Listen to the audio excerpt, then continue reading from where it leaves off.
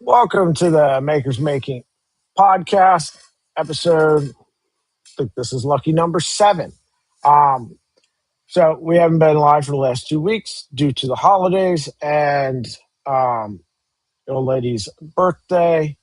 I hope everybody's having a good day. Had a great week. Some of our normal guests are out for different reasons, but we've got 2 new folks joining us tonight. First, I'm going to bring in my friend and yours, Heathen, and let him introduce himself and tell you a bit about himself. Good morning, good afternoon, and good evening. Welcome to the Makers Making podcast. My name is Maker Millwright. I'm from the Heathen Workshop over on Twitch. Nice to meet you all. I am a general maker and designer in 3D prints. All right, and then last but not least, for right now anyway, we might have some other folks dropping in here in a bit. We have Canrog. Canrog, you want to tell us a little bit about yourself? Hello, everyone. So I'm Canrog, also known as K, and I just design stuff, build printers, and make videos about it. That kind of does suck, but that's okay. Hey, man. So here's the funny thing, right? So I've been subscribed to your videos for a while, right? And then you and I started talking, and I did not put the two together until I don't know, 2-3 weeks after I picked up the Delta Flyer kit. Yeah. Yeah, Kegel, we know Canrog is a little bit, his volume's down a little bit. I can't do anything on my end to adjust it. He's tried to bring his audio levels up some, but uh, we're just going to have to make do with what we have. Just want to take a minute, say hi to everybody in chat. We've got Bearded Printer, who I imagine is probably over, because I think he's streaming right now over on Twitch. So he's probably over there designing. Hopefully he's designing that Flexi Stegosaurus for my daughter so she can stop asking me about it. And then we got Vince, John, Free Haven Workshop is in chat as well. Jeff, Jaden, is that how you say it? Hope everybody's having a good day. Eric, yeah, glad you could catch it live, Eric. So tonight, we're going to be talking about design. Both of these gentlemen design stuff. Canrog's obviously designing printers, and Heathen, aka Maker Millwright, does some designing of his own. I've got a truck that I need to still print of his. I'm waiting until he lets me know that he's got a blaster in hand, because I think the exchange was I'll print a truck and he builds a blaster. Yeah, we can do that. I'm cool with that. Yeah, I even sent you files for ones you don't even need to buy anything for. I know. I have to put it all together.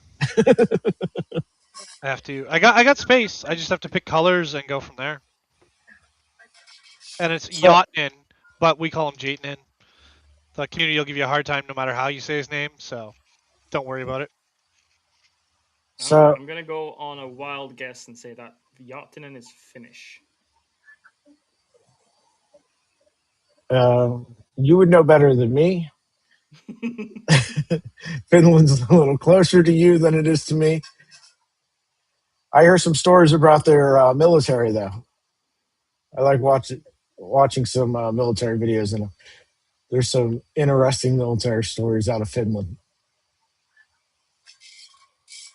So, let me just ask both of you guys, since you haven't been on the show before, how did each of you find your way into the world of 3D printing?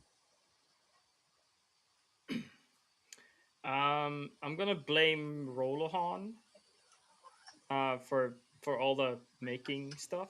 I Mhm. got a printer back in 2015, 2014. Okay. Never worked. Still doesn't. What was it? It was a G-Tech i3 with an aluminium frame, Okay.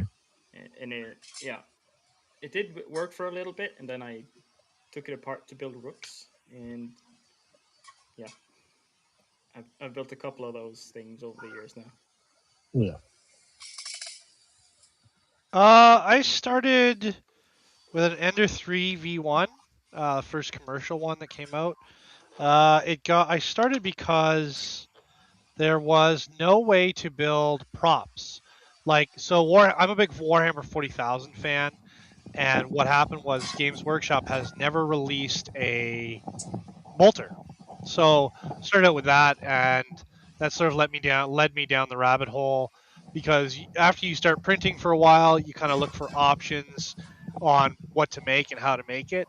And I just started thinking, well, if all these other people are designing, what can I use? So I specialize in Tinkercad, and ever since I've started using Tinkercad, I've been on Tinkercad 5, 6 years now, and that's where it goes.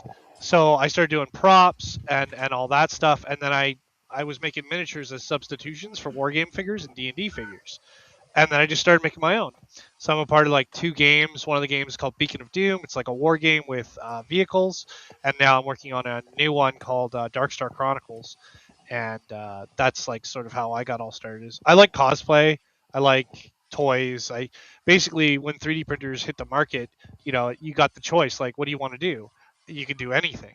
And now I've definitely gone into everything from like building up my Ender 3s to now I'm more on the commercial side. So I deal with Snapmaker and Bamboo for sponsored machines, and I'm always looking for new sponsors and new stuff. But recently, I've just started using my custom one of a kind Voron Point 2 FHW. But speaking of trucks, so you can do the little one or the big one?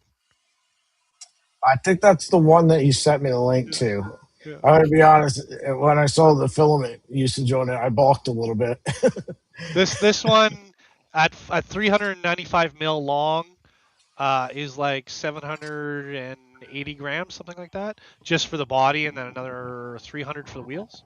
So, Once. but but it actually looks like, the real size is where did I put it? The real size is just a little guy, just a little guy. Um, I ended up doing a lot of this stuff because, I do charity work. I try not to talk about it too much, but I do charity work, and I've been with Polymaker for like 4 years now. So that's the little guy. I think he's 80 grams or 90 grams, something like that. Yeah, see, that's the one I need. That's the size of the one I need. Okay, guys, I tried to adjust some audio levels. I brought myself and Maker Millwright's audio levels down a little bit. That way, try to bring us down so that we come down to the level of Canrog, so you can bring everybody up together on your end. I hope that helps some. I don't. You have to let me know. I also just picked up my mic instead of having it over there. Oh Oh, you yeah, sound that's way better. better. That's way better. Yeah. That's way better. Yeah. I'm not used to this kind of audio setup. I normally just hang out in Discords, and having it over there is just fine enough. But yeah, Yeah, slightly different. I do yeah. have a fancy arm, but it's not set up, so I'm just gonna Oh, just yeah. gonna hold it. Hopefully your arm doesn't get too tired. I'm sorry. I have two, so I can switch. uh, so I just finished building Canrog's printer today. Actually, I got the first functional print off of it because everybody knows that I'm a functional print guy. So I needed just something so I could set my screwdriver down on my bench and it doesn't take up quite so much room. So I just took Nice. 2 primitive cylinders, threw them in slicer, scaled them, added a negative cylinder, And away we went. And yes, it doesn't fit tight, but that's on purpose because I don't want to have to fight to get my screwdriver Yeah. out of the holder. Now, are you going to Just do a makes it so that Gridfinity it version? sticks up. I don't have any grid. No, I take that back. There's some Gridfinity trays on the front of the.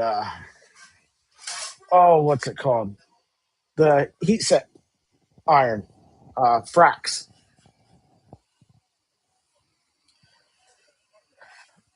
Half of our members for this podcast are in chat, but they're Nice. not here. Welcome in, boys. Down Undermaker, Brad. What are you guys doing? Howdy, Dewit. Yeah, how we do? It's Brad. Uh, so I think John, I tonight. can tell you one reason. Don't. So Gridfinity's never been my thing. Ethan, I take it that you've printed some Gridfinity in your life since you asked about it. But I don't know. It's very few things fit perfectly in that dimension. 90% of the time, if you need a storage solution for it, there's a better storage solution than Gridfinity for any given object. I understand that as a grouping, like it's quick, it's easy, it's a real good filament sink in case you have a problem or you have too much filament and you need to get rid of it somehow.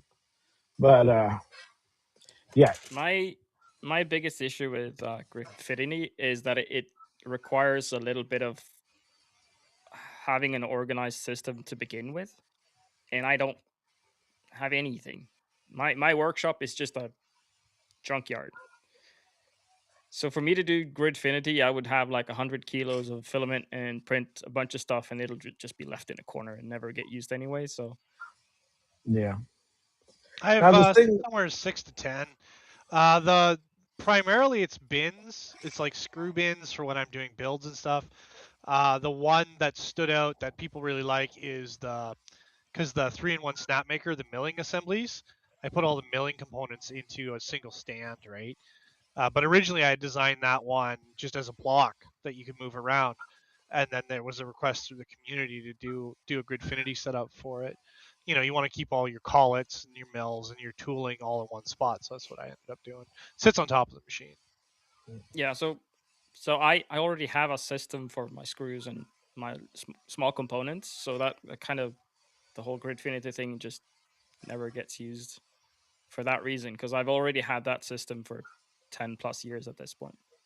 So yeah, I don't know. One day maybe for me, you know, I swore I'd never do any sort of 3D printed storage solution, and then I did Girardi's drawer system because it filled a need that I had in a way that no other solution, non 3D printed solution would, right?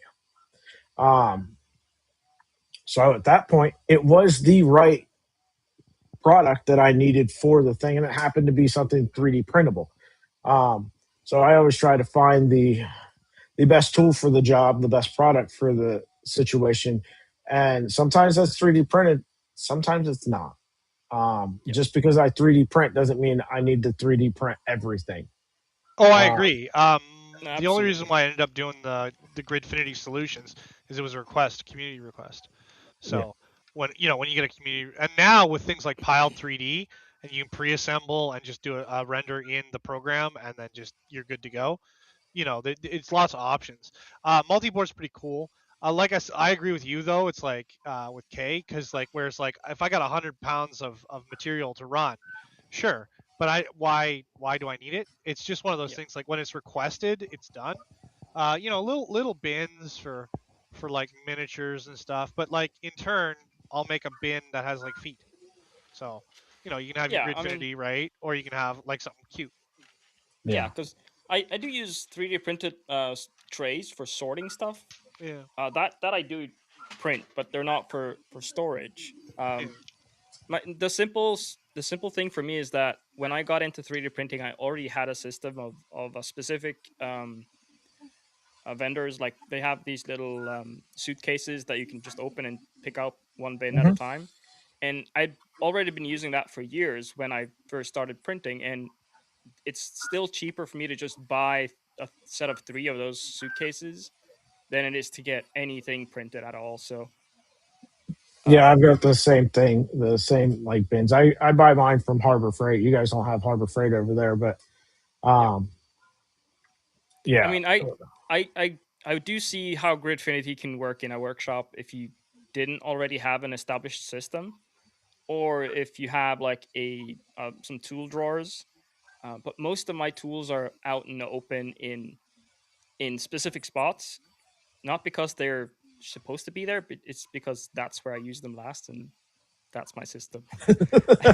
I mean, yeah. So my system is just wherever I used something last, that's where it is, yeah. and I it works for me. So I uh, I put a couple years from the time I bought this house to the time I started 3D printing, organizing and coming up with a system for how I wanted to handle stuff in the garage.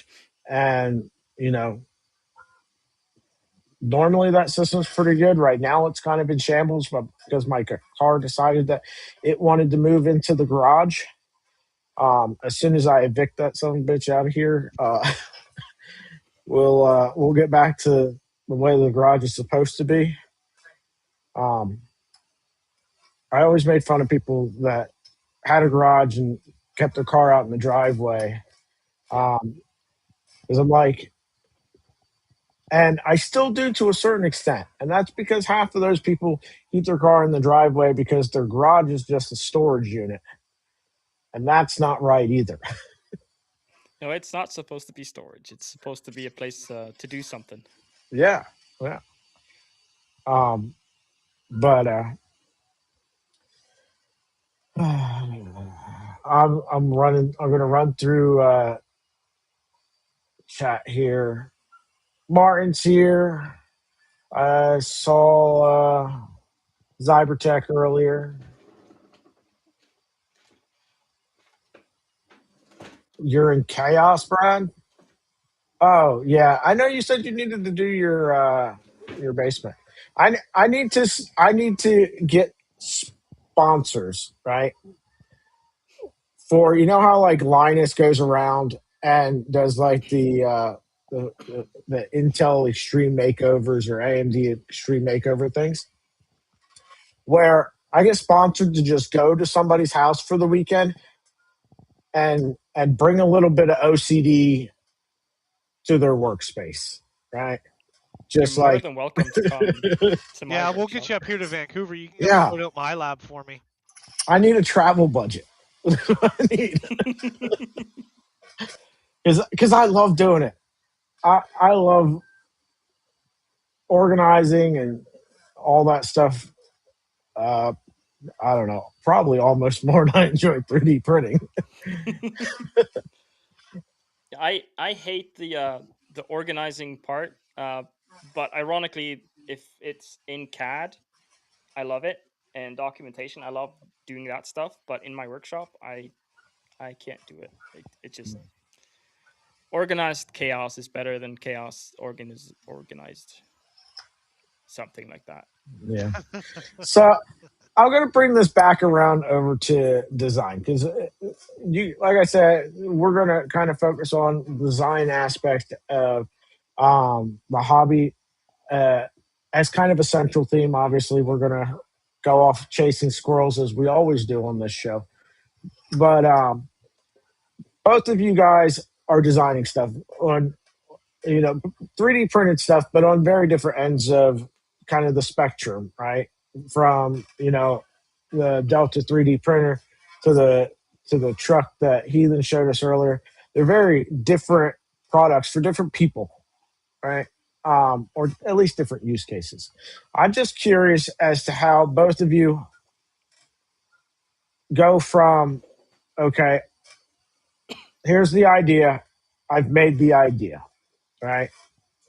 And Canrock, we've talked about this when you were on stream a little bit, but um, how do you get your foot in the door? And what do you guys do with your designs once you're like, okay, I've designed a thing. Now I want to bring it to people. And what is your philosophy on that? Like, obviously, there's lots of different things like Maker World and printables and things and Patreon subscriptions. And like, where do you guys, what's your thoughts on those things? So when I started designing, it was not because I wanted, it was because I needed to. Um, it was back in the day when there was a lot of not good printers out there. Um, and I started making stuff mainly just in Tinkercad because that's all I knew at the time, um, to fix my printer. And I never actually fixed my printer. But yeah, it kind of just grew. I got into the Rook community with Rollahan, and then it was still that necessity thing. And then from that necessity, I found out that I actually really like designing. Um, and I've just kept finding solutions because I really like the mechanical stuff, the figuring out um, how to put stuff together. Um, but I also do um, I have designed other stuff that's not just printer related stuff. I've designed some toys for companies and other machines. I've done some stuff for Polymaker in the past. But yeah, I my main yeah, we can't hear you, Alex, by Beautiful. the way. What a beautiful machine. Yeah, it is. I have mine right in front of me, right there. That's a beautiful machine. Yeah, I muted myself that way. I wasn't making a whole bunch of noise going to get my Gatorade, but I just wanted to show off with, in case anybody was in chat and didn't know what printer we were talking about. Yeah, so I guess I just design whatever I want or need, and sometimes I don't need it, it's someone else. Like a lot of the Rook stuff that I've done is because someone else needed something, and I guess I'm coming from the community of new people. A lot of new makers in the 3D printing community ended up in the Rook segment, and there was a lot of people who needed specific adapters for parts, or they needed mainboard stuff or a Pi mount or anything in that sort. And for me, that's easy to just put together, and then if it worked, I put it on printables or Thingiverse, and then yeah. So I think I am the one that has the most Rook mods and Delta Flyer mods to this day. Yeah, you did a fantastic job with the today during stream. I asked him about a cover for the outside, the thing, and by the time I was done streaming, he had it done. Um, I Yeah, went I to did. print I it. did that on the laptop on the sofa. I didn't even come over here to my desktop to do it. I went to print it. It's the first. It's the first failed print I've had on the Centauri Carbon. It ripped it off the bed halfway through. I come out here for something else, look down, and oh boy, did that thing crash into the back of it with a giant blob on the tool head. I was like, oh god. I didn't even fire it back up to see if I broke it. But Yeah, for a later yeah, that's a time. future Alex problem. Yeah. It's not a you design issue. It's a I might have been printing too fast. So that there's one thing that I really need to get out there, and that is the so Delta Flyer, the printer, is not my design. I done a lot of small details on it and cleaned up all the CAD stuff. Because Rollahan did the design of the printer. He did the original Delta Flyer, and then we started talking with LDO, and we wanted to make some changes for that kit.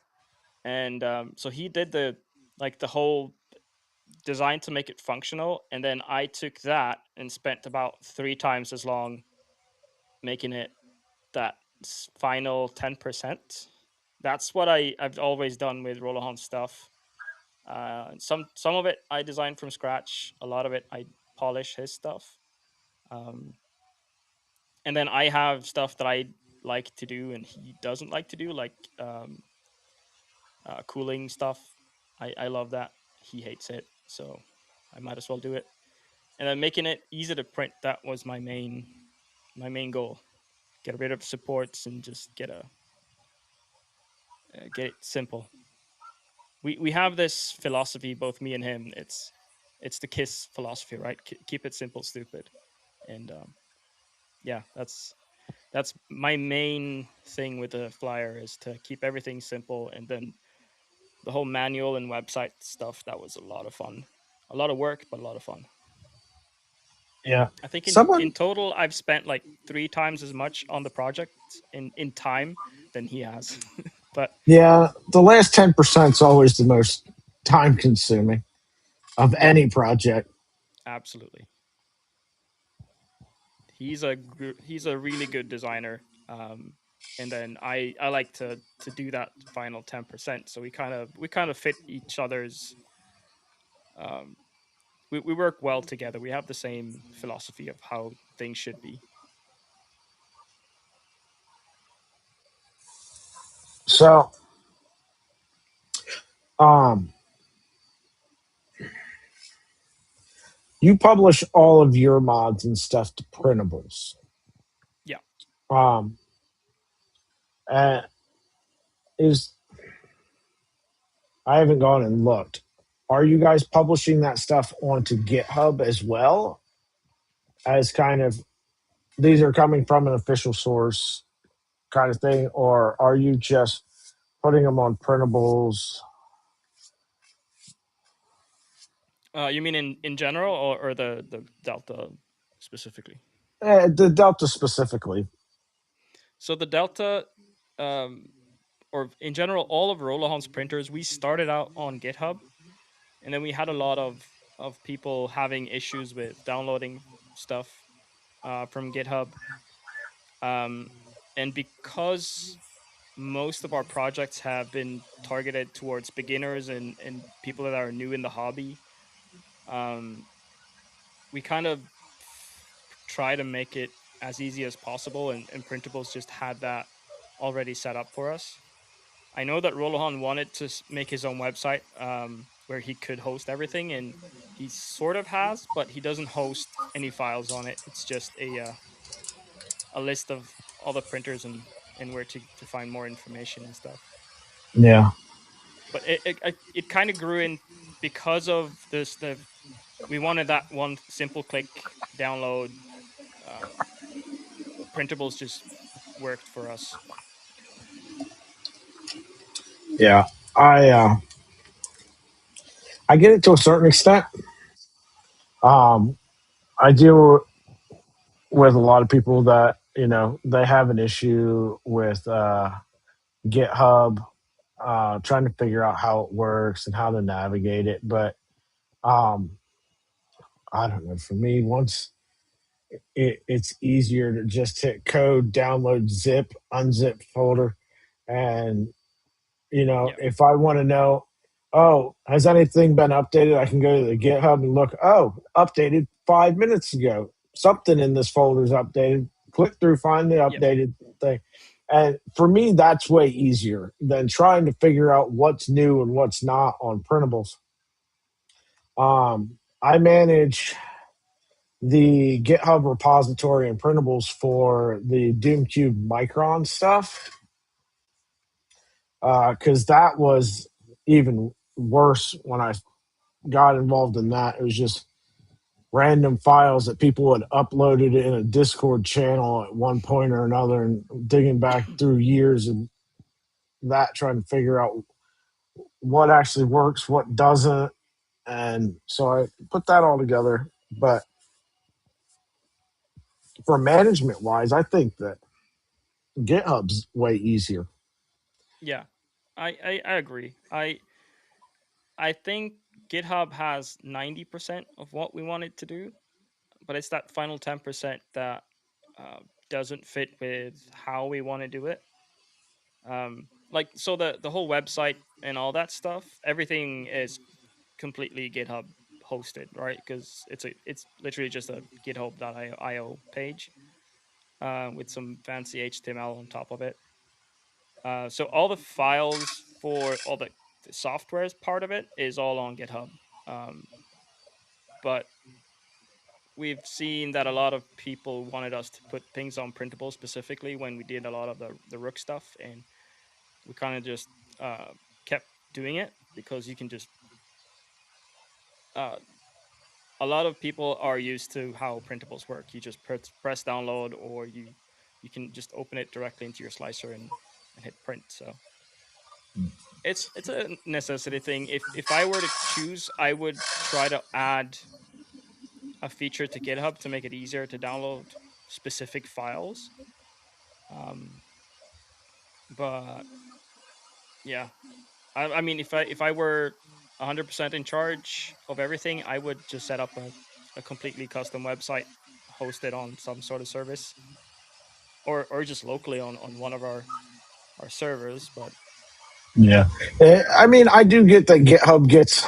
So some people put everything into one repository, and you've got to download the entire repository or individual files. Like, yeah, and sometimes it's like, hey, I only want this folder.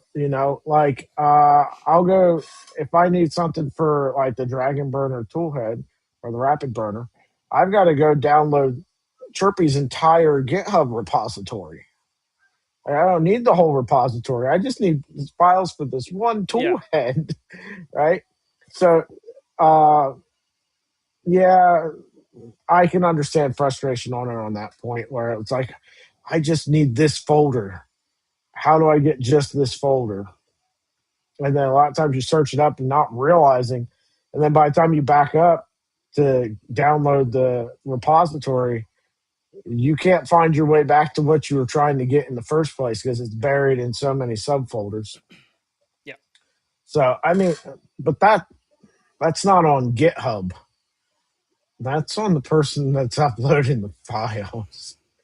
Um, I mean, I think most of the file sharing websites are perfectly fine for the use case. It's just that there's a lot of different use cases on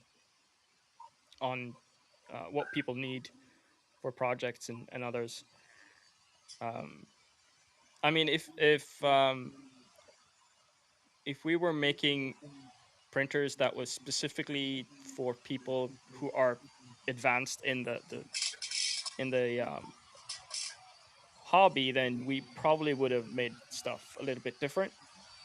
But aiming for beginners and people that are new to the hobby, and we, we try to make that little gap between a Voron build and your first print, right? So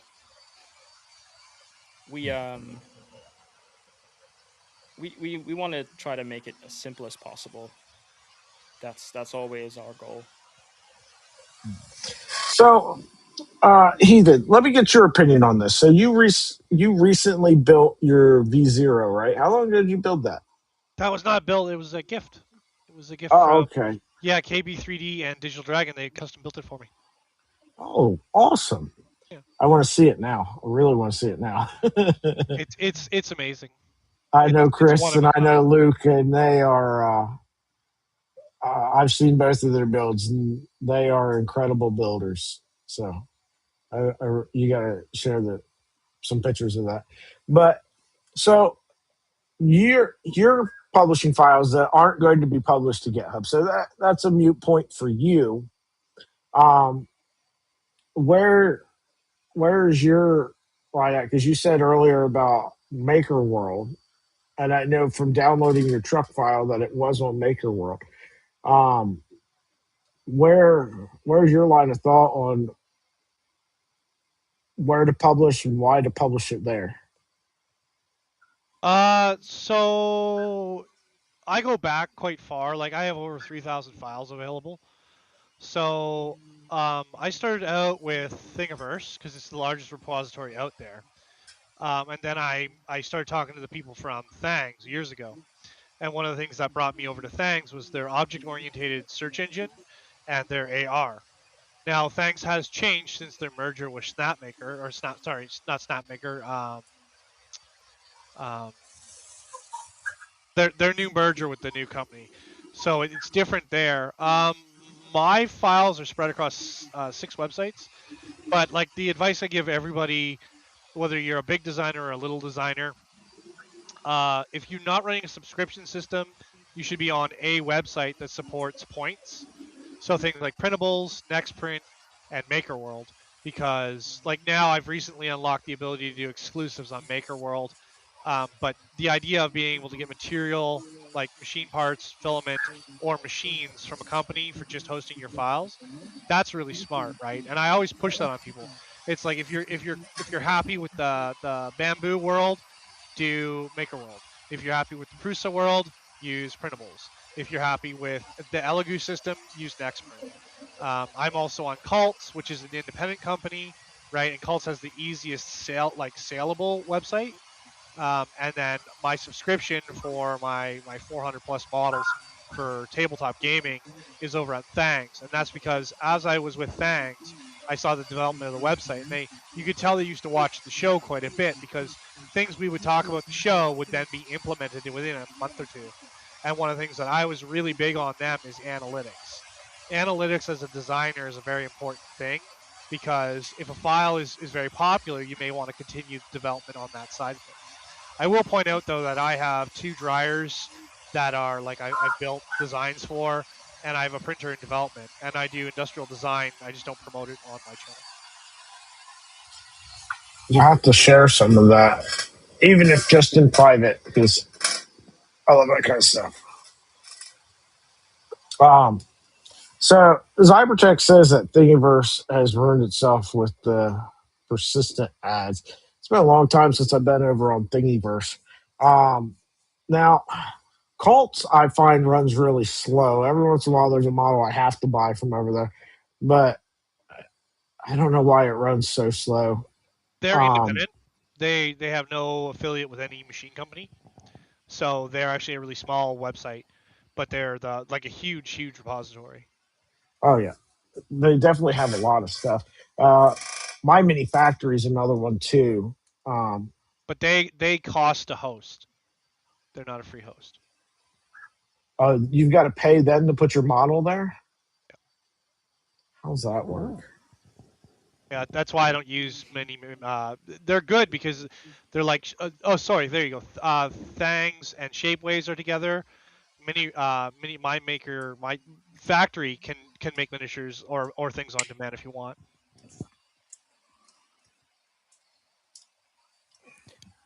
I mean, I haven't the been. main reason that I'm on printables for most of what I've done is just because I'm used to it. I'm the kind of person that if I found something that works for me, I'm just gonna keep doing it.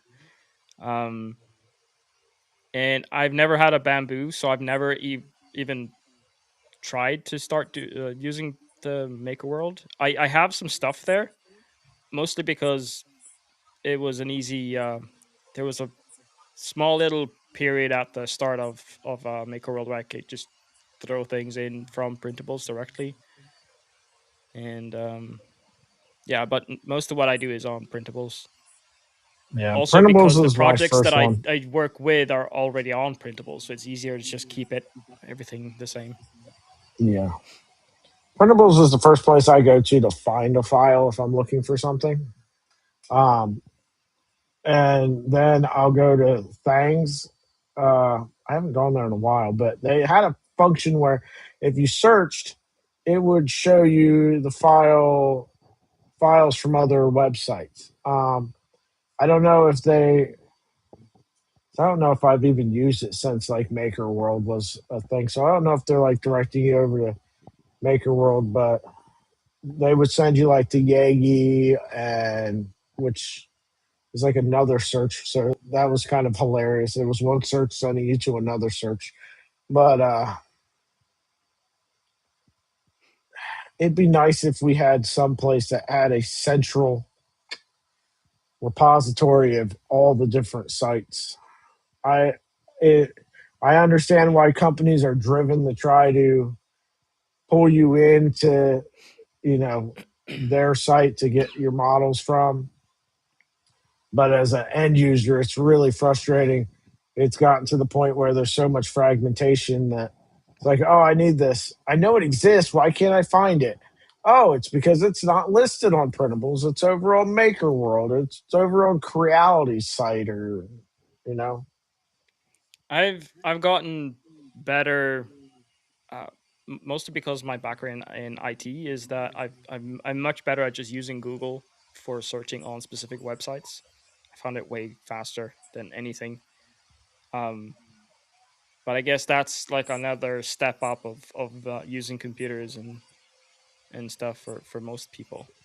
I do hope that there should be some sort of service that is fast enough to use that you can just search and all of the websites would be included. I mean, Yegi That's does what that, but Thangs did it's that. yeah, Thangs, when they did their object orientate, because like Sina, which is the parent company of Thangs, their whole thing, like, because I've talked to the president and stuff, their whole thing is all about the object orientation, or sorry, object searching. So yeah, you yeah, can use Yagi was okay, but Yagi had exclusions, and Thangs did basically a huge scrape of all the websites, and there was some backlash and stuff about it. I don't speak for Thangs; I'm not affiliated with them. I just use their website, but their whole point of their search engine was to do that, which is actually very good. As for when you guys are talking about Thingiverse and the ads, when someone I watched a show where one of the people from Thingiverse was interviewed, they simply said that the ads are what pays for the service. So that, and they don't have a subscription system. That I don't think they take a percentage of your tip if you're tipped somehow. But they Thingiverse is the largest repository. Everyone, if you go to watch the YouTubers, anyone who doesn't know anything about 3D printing, that's their first place they search. And the Thangs search engine or Thingiverse search engine is not great, but the Thangs will read across all of them, right? yeah. I think the big issue here is the scraping, because some companies just don't like when other companies scrape their websites, But and then how then do you get a speed. centralized search engine, right? And Yeah, that's the thing. Is if you can't scrape other sites to see what they've got, then there's no way to have a centralization. And yeah. I used Yegi was a huge thing, and then as the Thang search engine improved, which now it does internal, external, and all, which is actually really great if you ask me. Yeah, and when I used Thanks search engine, if it was on another site, it redirected you over to that site. It wasn't like you downloaded it from Thangs. So I don't see why they would have so much of an issue with it, other than it's people defaulting to logging into Thangs versus defaulting logging into Maker World or printables or whatever. Yeah.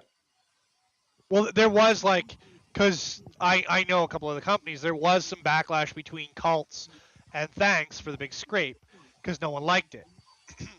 So it's one of those things. It's you're damned if you do, damned if you don't. But if, like you were talking about, a centralization of searching would be nice, and the object oriented search engines are the key. So like the one that Thangs uses. I would think it'd be nice too as a designer where you design a model, you publish your model somewhere, to have some place you can, that's a central repository. You can go, okay, let me search up my model. Oh, look, it's over on Colts. I didn't publish that. Let me do something about it.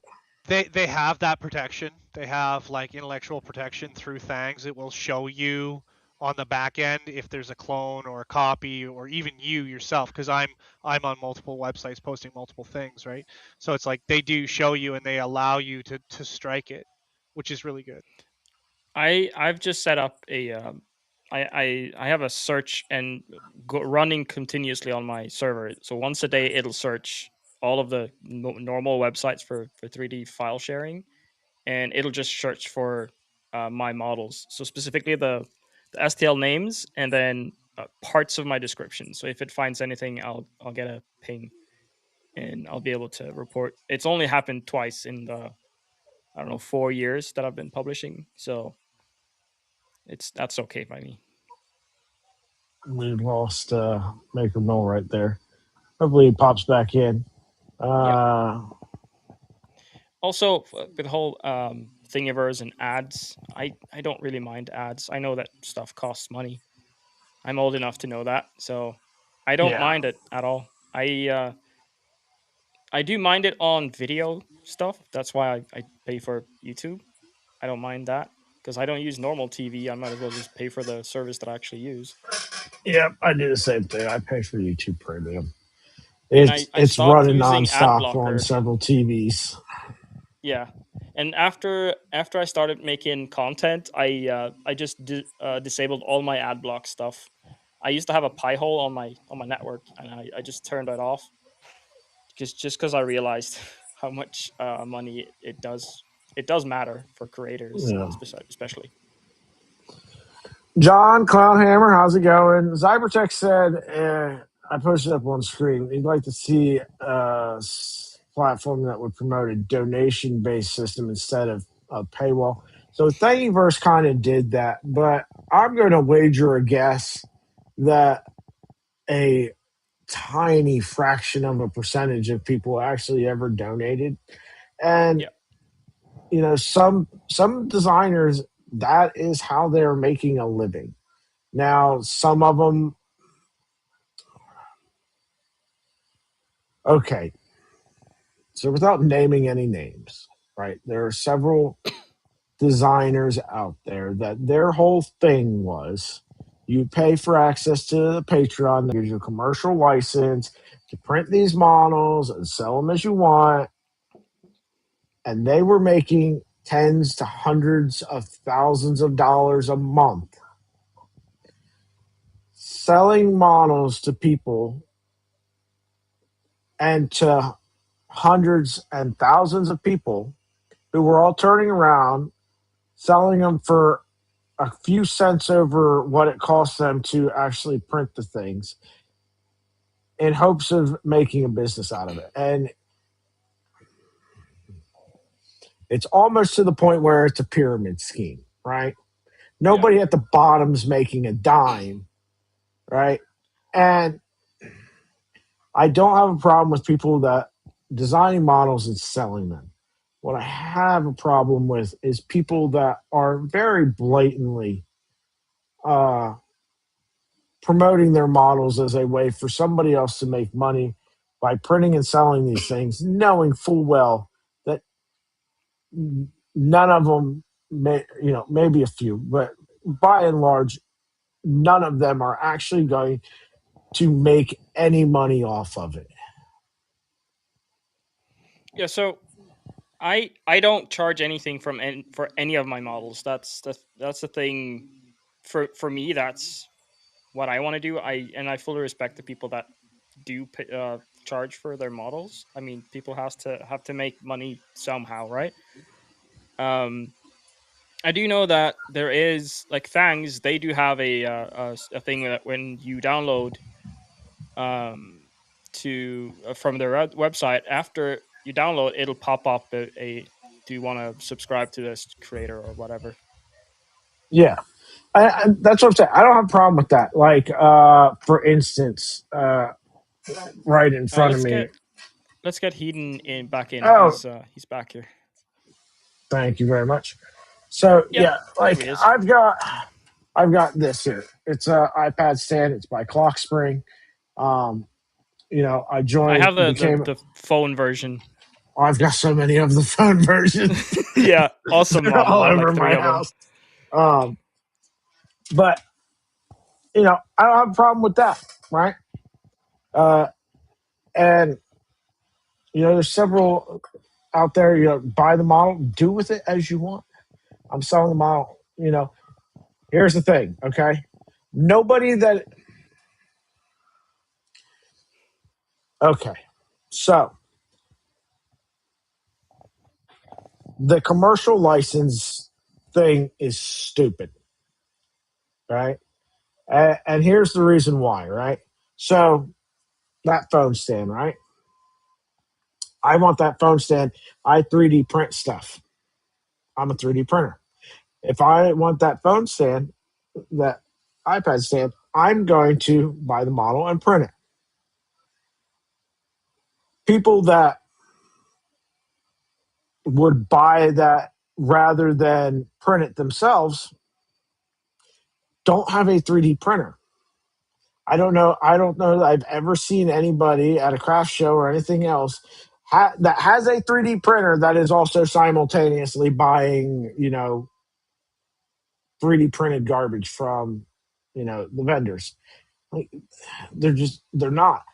So all you're doing is upcharging people. I don't know. I don't have like I said, I don't have a problem with people charging for the models. I don't.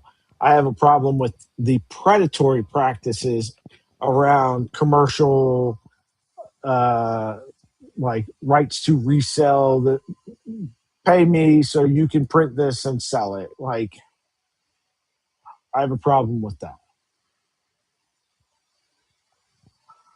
I don't mind the commercial license if it's used in the right way. I don't like the crafts, the like Down Under Make It said it best, the craft show slop. I don't like that stuff. Yeah.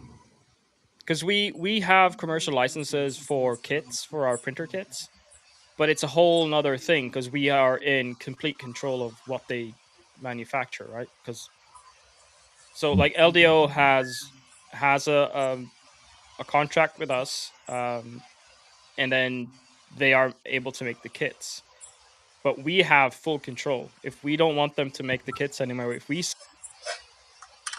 say stop, they're gonna stop. But yeah, I've never been a big fan of the craft show stuff and 3D printing. I don't think they belong there, but that's my opinion. So, Jaden said selling commercial memberships for his designs is how he makes some side money. Hey, more power to you, but I have this question for you. Why not just make it a paid model, right? If you say, hey, I want $10 for this model, right? Just sell it for the $10, and commercial rights are included with it. Why have two tiers? Because I produce the game component. What? Well, I make 28 mil, 32 mil scale models, and I make cosplay items. So if someone bought a model for like $4, like my subscription I think is $12.50, so it's the price of 2 coffees.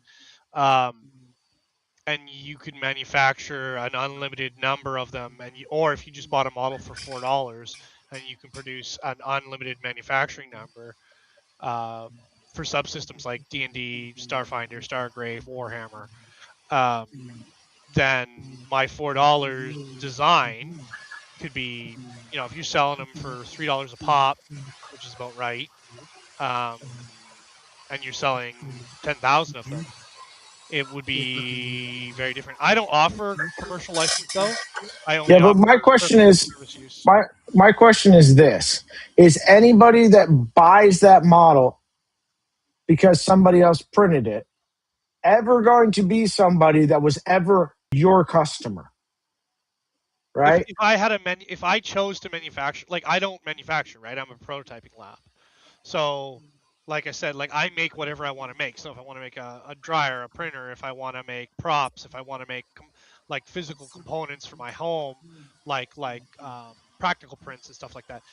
If I wanted to do that, I can do that, but I don't have the manufacturing setup to do that, nor shipping from Canada across the world with stuff increases the price of things. So it's like I do try to get localized manufacturing whenever possible, but it's yeah. Okay, so Jane, if I'm understanding you correctly, what I'm getting from this is that you offer a commercial license, but you have models that are free, and there's no commercial rights that go with that. And then if you want the commercial rights for that free model, then you pay for the commercial rights. I don't have an issue with that if that's what you're saying. That's a totally different thing than, hey, you have to A, pay for the model, and then B, pay even more if you want to resell it. That's where I have the issue. Well, most subscriptions, like mine's pretty high. Mine's like 25 or 30. Most subscriptions are like $12. Like my intro level for the first 10 is like 12.50, and then it goes up from there. But if you're turning around, for example, Yachtnin or Jaytnin or Built Over Bot, if you're going around and you're able to manufacture say 60 of an item and you're charging $5 a piece for that, and someone's got a subscription with commercial rights for $30, I think you're turning quite a profit off the back of someone who designed something, right? Yeah. So, okay. So Jane said you get the models as part of the subscription. I understand that, right? And I don't have a problem with, hey, you want my models, you pay a subscription, you get my models, and included in that subscription is commercial rights, right? Now, I have a problem with the people that say, do this, it will make you money, Oh, no. right? I have a problem Yeah, with the people that are saying, hey, you pay me for my models, and this is going to be a business for you. No, it's not. no. Well, that's That's why where people are I so have a mad about problem. dragons, And right? then the two-tiered system where you pay twice, once for the model and then again for a commercial thing, I have an issue with. Oh, If you want to make the model free and then charge for the commercial thing, fine. If you want to say, hey, the model costs you money, you pay, and you also get commercial rights, I don't have a problem with that. I have a problem with paying twice, if that makes sense. And I have a problem with the false advertisement of buy my models, it's going to make you rich. That I have Yeah, a problem with. most of the designers I know, if not all the designers I know, don't have that opinion. None of them have that. None of them even advocate that in any way, shape, or form. And it's like, yeah, I'm like Jayden. If you want a commercial license, you'd have to approach me. Individual license, because if you make a mini, let's see, you make a mini, right? You're not just printing that once. You're printing that 12, 14, 20, and if your buddies want it, right? So it's like once you get into a selling point, it's different. Again, I don't make fidgets. Well, I do, but the vast majority of my custom work revolves around 28 mil to 32 mil scale miniatures. So it's like I don't know anyone who's saying if you print my stuff, it's going to make you rich. I don't know anyone like that. I have seen some models that have that, but there it's a very very small percentage. For the most part, I think my biggest issue with the commercial stuff is that if you go to one of these craft shows or a sales booth or there's even I've seen 3D printed stuff in normal stores. Um, and the one thing for me is that they don't credit the maker or show their license, because you can go into these craft shows and you can ask them to for them to show the license, and I don't think most of them would, just because a lot of them don't have the license. That I think is a bigger issue than Oh, and then the extremely predatory practice of you can only continue to sell these as long as you continue to pay me every month for the license. yeah. I'm more of a fan of the one time Yeah, one thing, time but thing. Like, But then okay, the price would have to be significantly higher than like say $4. that's yeah, fine, You're, right? you're talking thousands of dollars for having the right for commercial distribution of a model, which Is I'm what it open is. If to, you think you can right? make $1,000 off of it, great. If I, if I'm very not, I'm very much into that. Like I'm very open to that. Like for example, the truck, right? The little truck that I sent you, and I got the big version mhm, here on the floor. That is non-commercial. You can't sell that. yeah. But am I open to you doing it? Sure. But like if you want to pay a one-time fee, give me an estimate, because it's not going to be cheap, right? It's going to be a significant sum of money, no matter what, because it, my industrial design stuff I don't talk much about, but like they never buy the model from me because if they want to buy the model from me, it has a high price.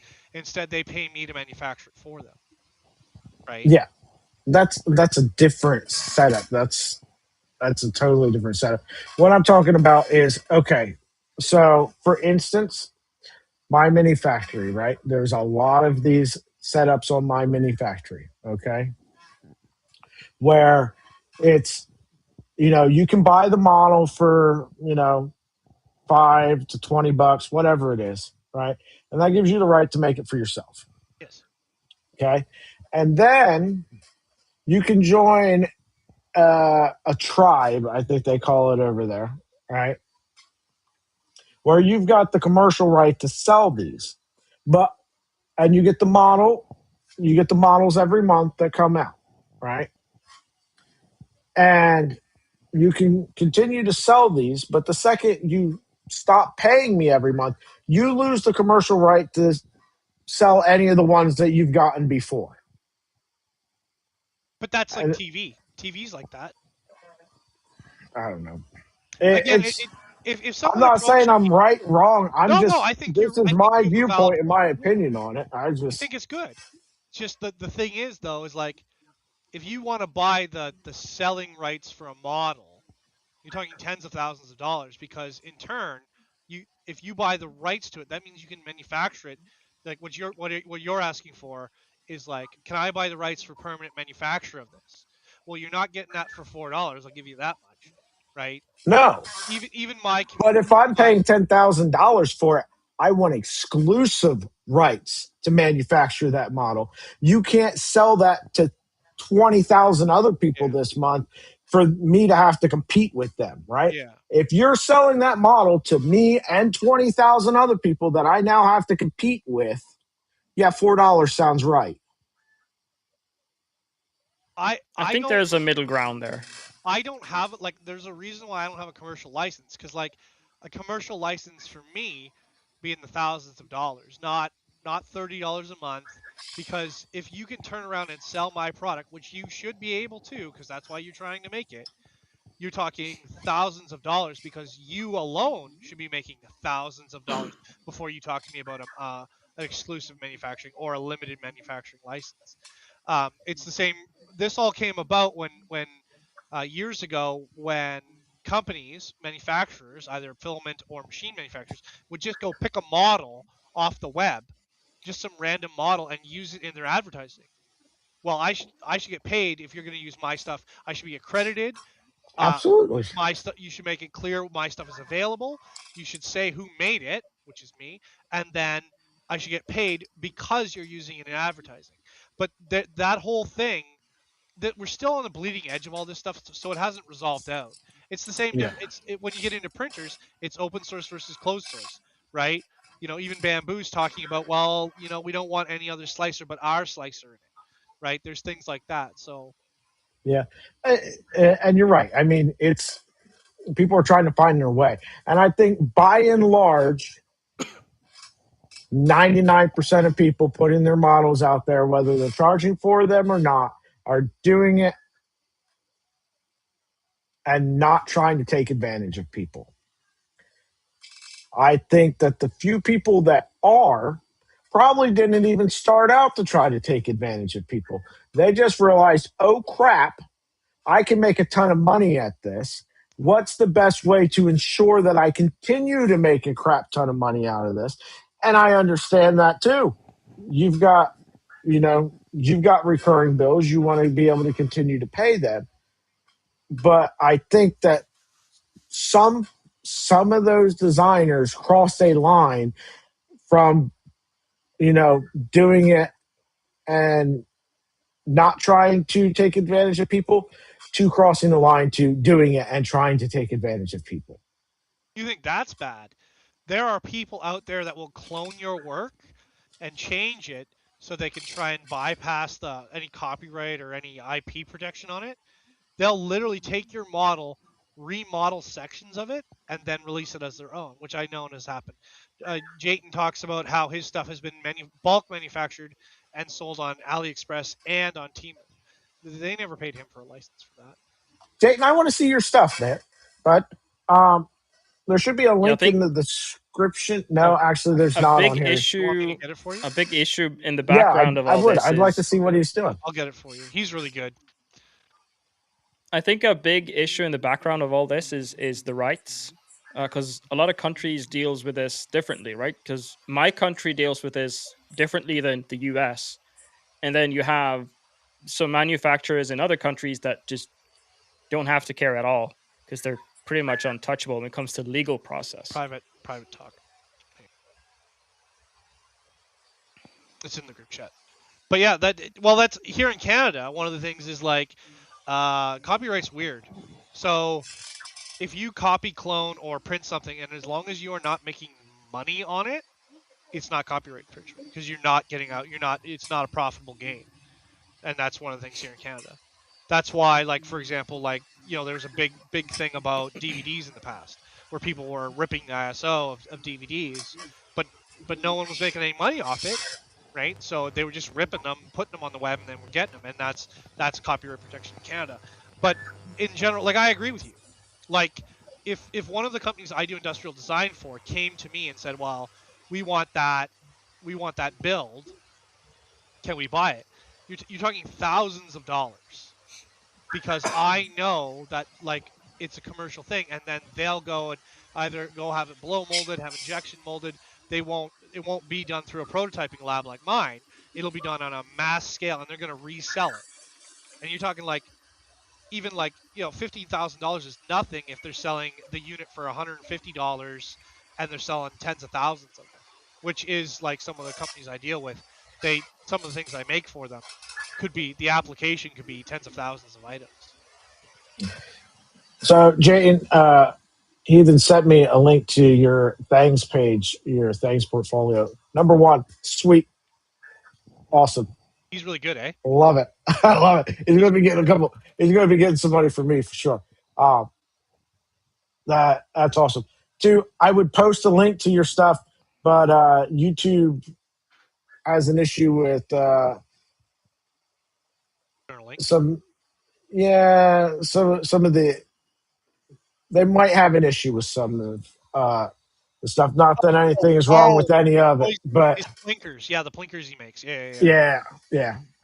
Um, so they might cry the blues about that, and I'd rather not get banned or I totally demonetized. forgot we were on YouTube. I should have changed my set. I won't move anything, so you can't see it. But there's enough stuff in the background that might trigger YouTube. It happens to me too.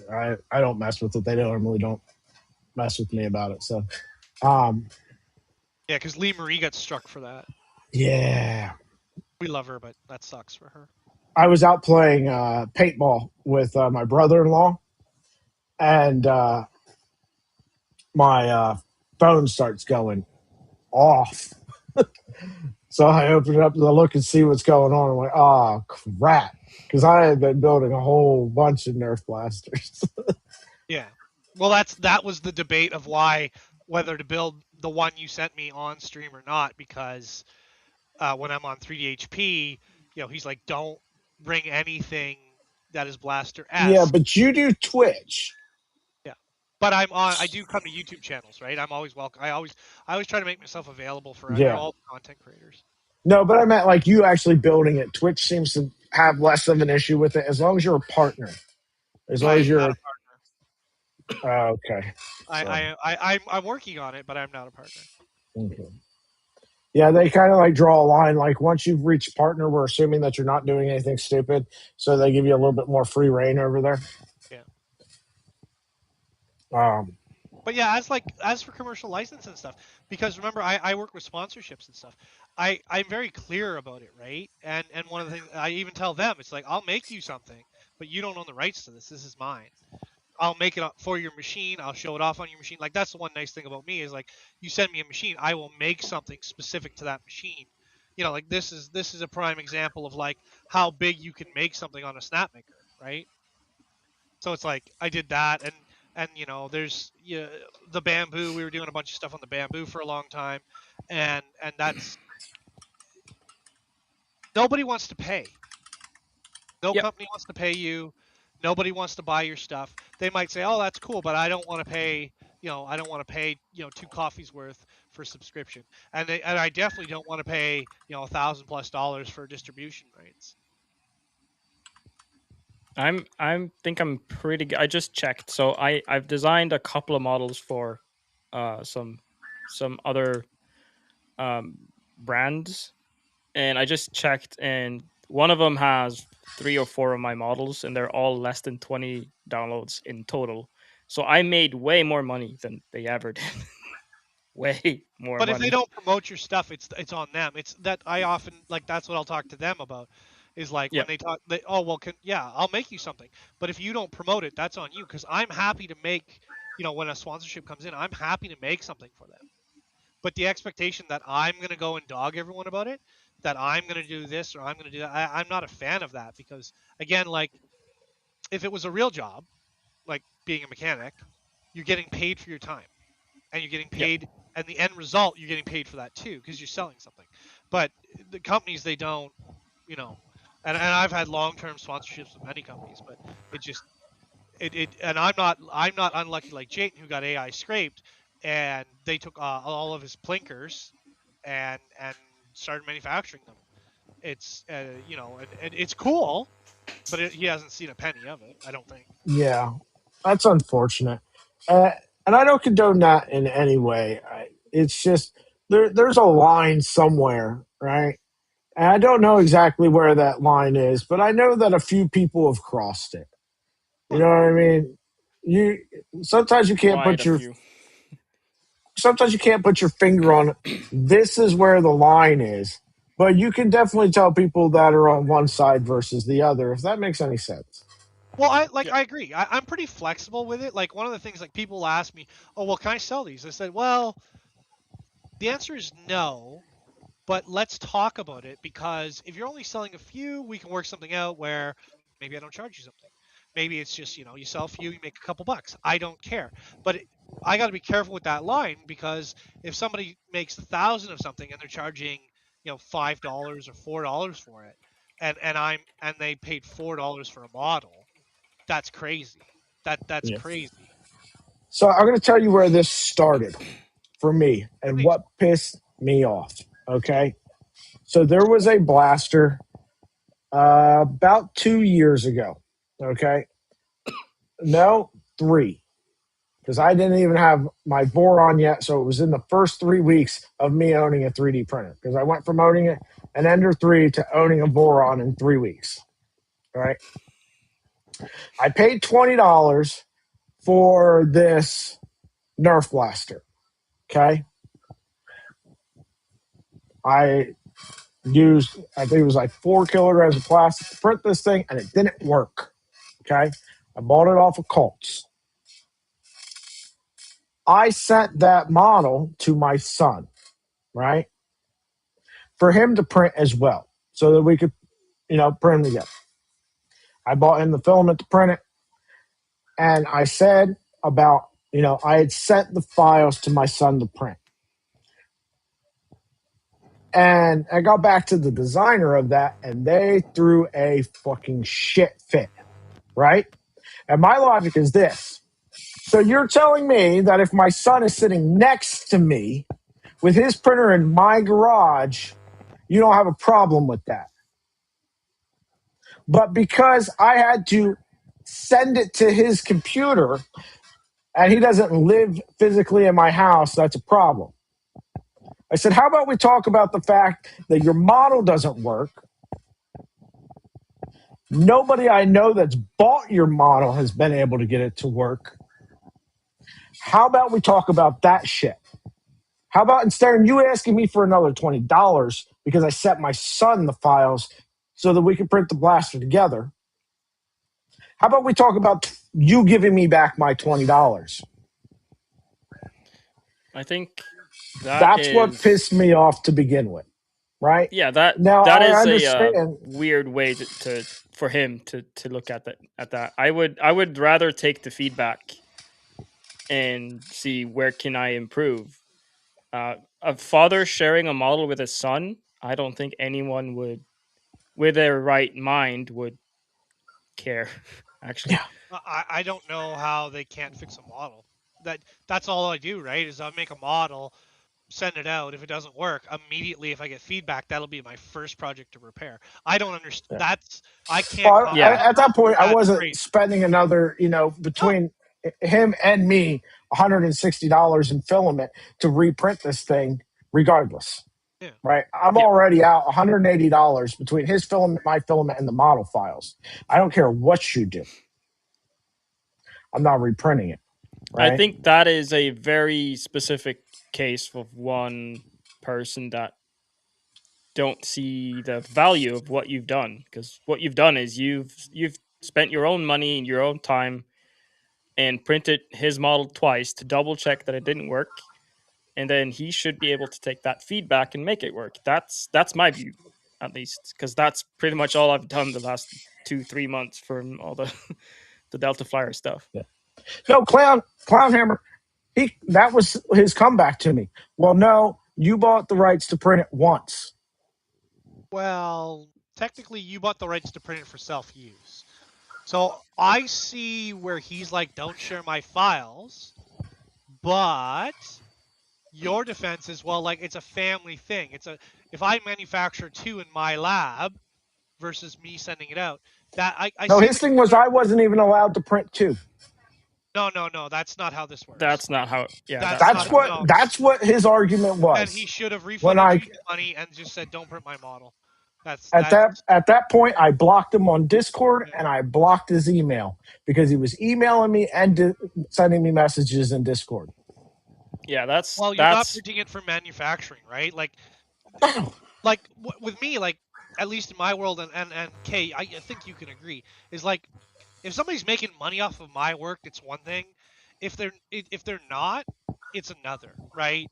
And the fact that you failed those prints and he didn't do anything to fix the failed print, that like I say, I would bring like because my printer, like whenever I get to point of finishing it, it's literally a design to be a kit build so that the community can come and complain to me while I'm live and I can make new parts and make changes. Like that's how I think about it, but I don't know how other people treat this stuff.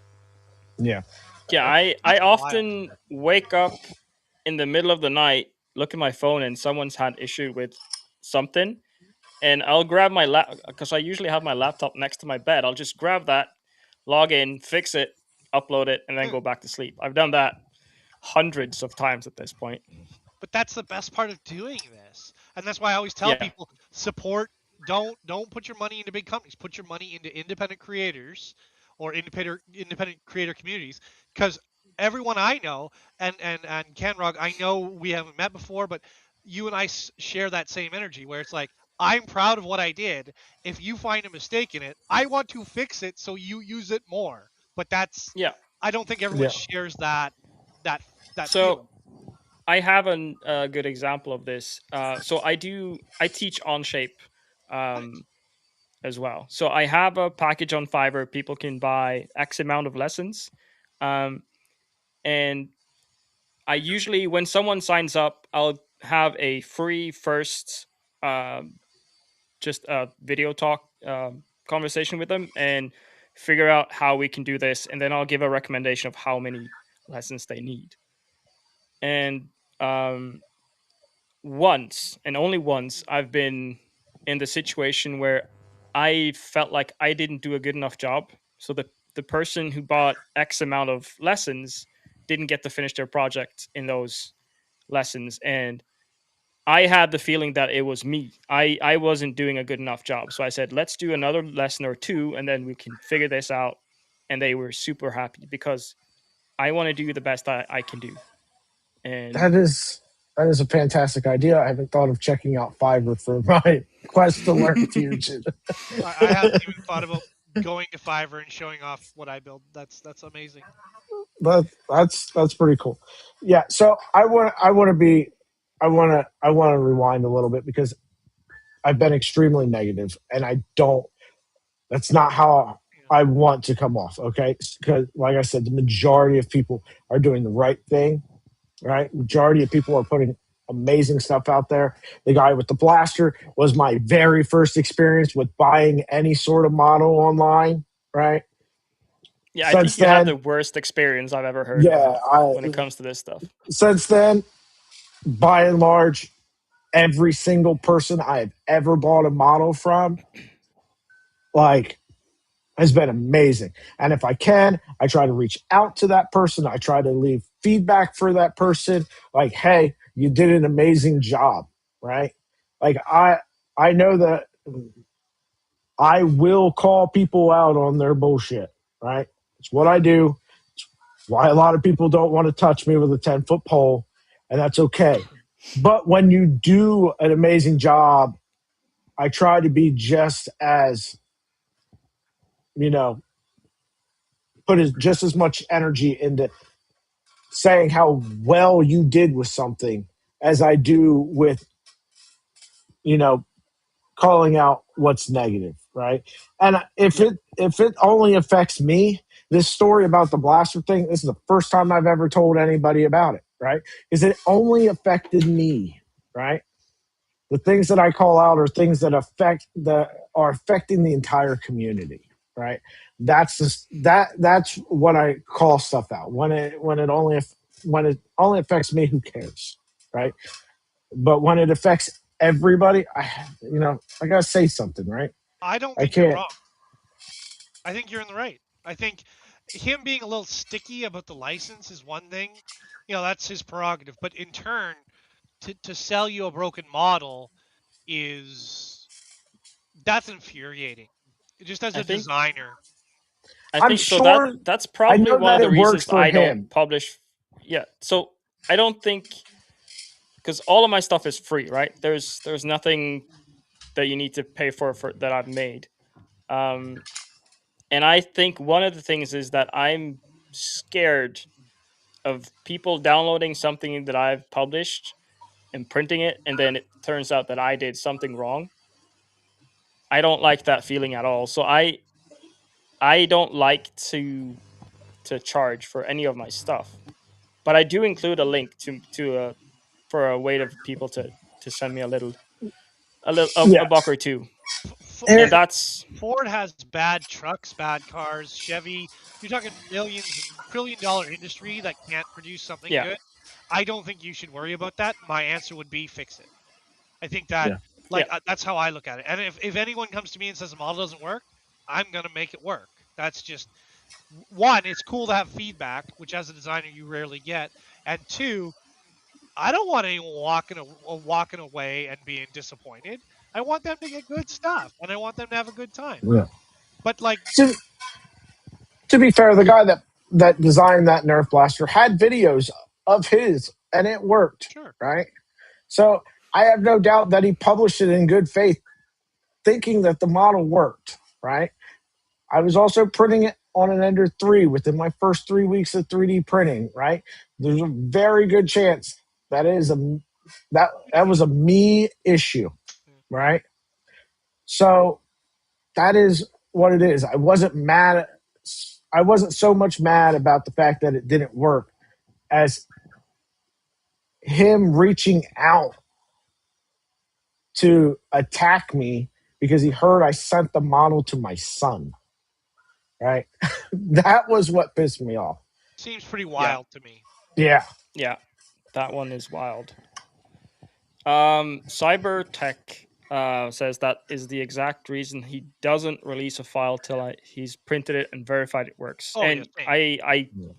I fully support that, because I did that a lot starting out. I made something for other people and then published it immediately before they even testing it, and I had to redo a lot of stuff that way. So now I publish stuff on the discords and have people test it first, and then I'll publish it. I can't A lot of the imagine Delta how Flyer nerve stuff I've wracking done it would that. have been to you guys, you brought a printer to market, right? The people were, it's not an overly expensive printer, but it's also not, you know, oh, well, I work, you know, 2 It's hours at not my burger flipping $3 job for to an pay hour. for this, right? Yeah, So I could not imagine the pressure that I would put myself under and the anxiety that I would have trying to bring it to market. Like, oh my God, somebody's going to have an issue with this. And I am going to be absolutely mortified that somebody spent money on my thing and it doesn't work. And I see that in so many designers, like, you know, you're saying about you. I don't think there's ever been a time where I've messaged you about something and I haven't had a response within an hour or two. And I wasn't even messaging you about problems, right? Like, yeah. so there's so many folks in the community like that that are bringing stuff out and putting that pressure on themselves to make sure that their projects are right. And kudos to all of you guys for what you do and for bringing the projects out that I enjoy making, that that so many others enjoy making. Right? I was tickled today getting to see a Delta print for the first time in person. Right? Like, I don't think you I was realize just the joy that I got when yours just worked. That first layer print that you did, the joy that I had and the relief. Oh my lord! Because so I've had that 4 times now. So with because I watched you live and I watched Canuck Creator live and Steve and Killer Prince. I watched you all live doing that, the whole, because the whole Clipper setup part, the printer config and all that stuff, that's all me. That's 100% me. So if anything is wrong, that's on me. And every single one of you, it just worked, and I was so relieved. Um, that gave me another like couple of hours of energy before I had to I'm going take to a tell you break. what I'm going to tell you what the coolest moment for me was. So, like, LDO and stuff, they normally put together pretty good configs, right? But Yeah, when I was trying to load filament, I was like, what this needs is a load macro. I was like, and I went into the config and I was looking at the print start and I was just like, I wonder if there's a load macro. And I scroll down and there's load macro and I click on it. I'm like, holy crap, you put in a load macro. And I click it and the Bowden tube wasn't quite right. And so it ran in on the inside of that. It's not an ECAS fitting, but kind of the same yeah. thing. And that absolutely not a config issue. That's a me building issue, right? And I fixed it. It worked again when I loaded the yellow filament for that uh, screwdriver stand. It worked perfect. But just like he thought of this, right? Like he thought I of the think thing that I thought of, and I was just like, when it comes love to it. the Delta Flyer stuff, it's sort of my second chance of trying to do all this, because we did do the Rook kits initially, and so I did all the config for that as well, but I didn't, in my opinion, I didn't do a good enough job. I think most people had a good experience with it, but on this one, I wanted everything to just be do these few steps and it should be perfect, or it will be perfect. And I think I got that. Um, so I just like I think that so the load macro stuff, or most of the macro stuff, is just for me never having a screen on any of my builds. I don't have a screen on any of my 10 printers. There's nothing, Yeah. and I use macros for anything just because I hate typing. So I might as well just set up macros that just work. And doing all the so this kit had LEDs, which is the first time we've done that. And setting up the LED stuff, that was just me having way too much fun for like 3 days in a row. Just me sitting there giggling and trying to figure out how to do stuff. And yeah, it's I find most joy in seeing people use our printers and learning on our printers than anything else. It's sort of the whole thing that me and Rolohan really have in common, that we want people to get into printing with our stuff, and then kind of fall into the deep end, and because we've seen a lot of people come into to the Rollahan Discord, and they've asked questions about building their first rook, and now they're people that design their own printers. And I've seen that in just a couple of years, and it's amazing to see the community just start out with our stuff and then kind of fall into the deep end, that like we did, because we really fell into the deep end sometimes. I think I classify the rook and the Delta Flyer as sort of the gateway drugs to 3D printing, because I'm it's a getting a whole text separate from hobby. my old lady. She said, "I'm pretty sure you were yelling at your friends. Please calm down. You like having friends." Friends are overrated. Yeah. No, I love it. You guys are the community before the 3D printing community. Friends were something I hadn't had in over a decade. So, uh, yeah, I mean, there's probably a reason for that, but I appreciate everybody, dealing with uh, with me. It's joy, man. Alex, it's always nice to talk to you. You're always so supportive, and a little bit of yelling So between the boys isn't a big deal. I have this thing where I have 2 friends. Everyone else is just people that I don't hate as much. That's it. Ain't that the truth? So if I talk to you, I just don't hate you. That is a good thing for most people. Clownhammer, you're not wrong, sir. You're not wrong. Well, uh, I often say if I'm not making fun of you, we ain't friends. So yeah.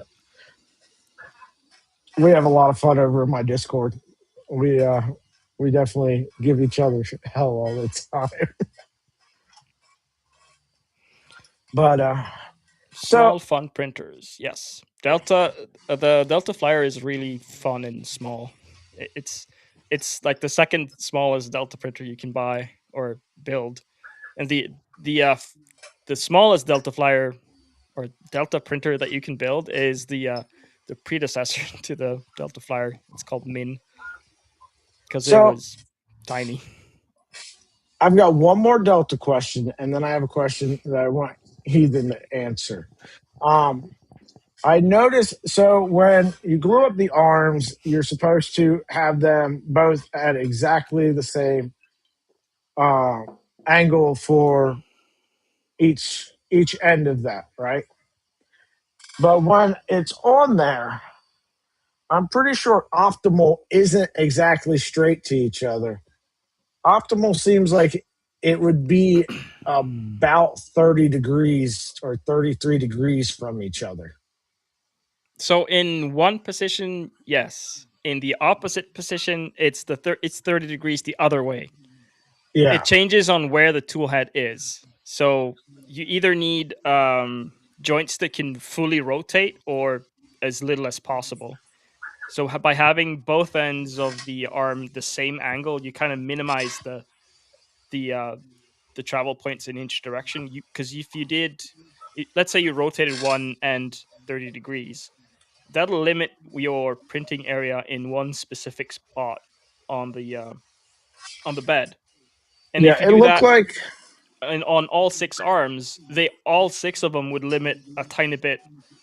So it's sort of there's so many parts going together that if all of them are the same, it's like the best middle ground that we can get. yeah. What I saw, I was looking at, I was like, okay, so the one on one side of the carriage should be like 33 degrees, say counterclockwise, and the arm on the other side should be 33 degrees clockwise from the Yeah, but if other you move the end. tool head to the extremes, that changes on Yeah, it. that's what I was looking at when I was doing it. I was just looking at But it real quick while I was printing, because so I could be wrong. I was just curious if I was right or if so the flyer is set up with a cylinder print volume of 115, I think, in the slicer. That's a safety mhm. margin. It can do 120, but it might get on quick movements on the very extremes on certain positions. It can skip. so we just reduced it to 115. Mhm. The issues with Delta is that they're really sensitive to anything binding, because if anything binds, everything is just gone. You can't save it; it's non-savable. But also, the print volume, technically speaking, isn't a cylinder; it's more of a triangle. But there's no slicers or software anywhere that can actually let us use all of it. The only Yeah. way to do that is to set a larger print volume, and then in the slicer you would manually have to remember that this is my printing triangle part. Or set exclusion Um, areas or something like that. yeah, and there's just no way to do that right now. But I think the size of the flyer is kind of it's a good starting project, because you can work on it, you can flip it upside down, you can lay it down, you can carry it around. It's way easier, because working on big printers is just a lot of work. And if we because it all comes back to this whole thing that we want it to be like an entryway into custom building, right? And it's also why the Rook is so small, because we want it to be something that you can just work on. You don't have to like move furniture around to move it, or you don't have to disassemble doors to get it to the other room. Um, I've had to do that before, and that's annoying. All right. So, Heathen, my question for you is, in your time designing stuff, what was the moment that was just like, this is the coolest thing ever in your interactions with the community in regards to designing stuff? Uh, Years ago, like when I was just starting out, I was just making stuff and showing off Tinkercad, and people like you should be doing a master class in Tinkercad. Um, I guess that's the one. I don't know. I don't know. I don't really understand the question, I guess. So, like Canrog was saying about like when I did that first print on the Delta and it just worked, like how excited he was that, his project just worked for somebody, right? Like, have you had a moment like that yourself where it's like, you know, I don't know, like I I've had some stuff that I've published and like just getting messages from people like, hey man, like this thing helped me out so much, or whatever, like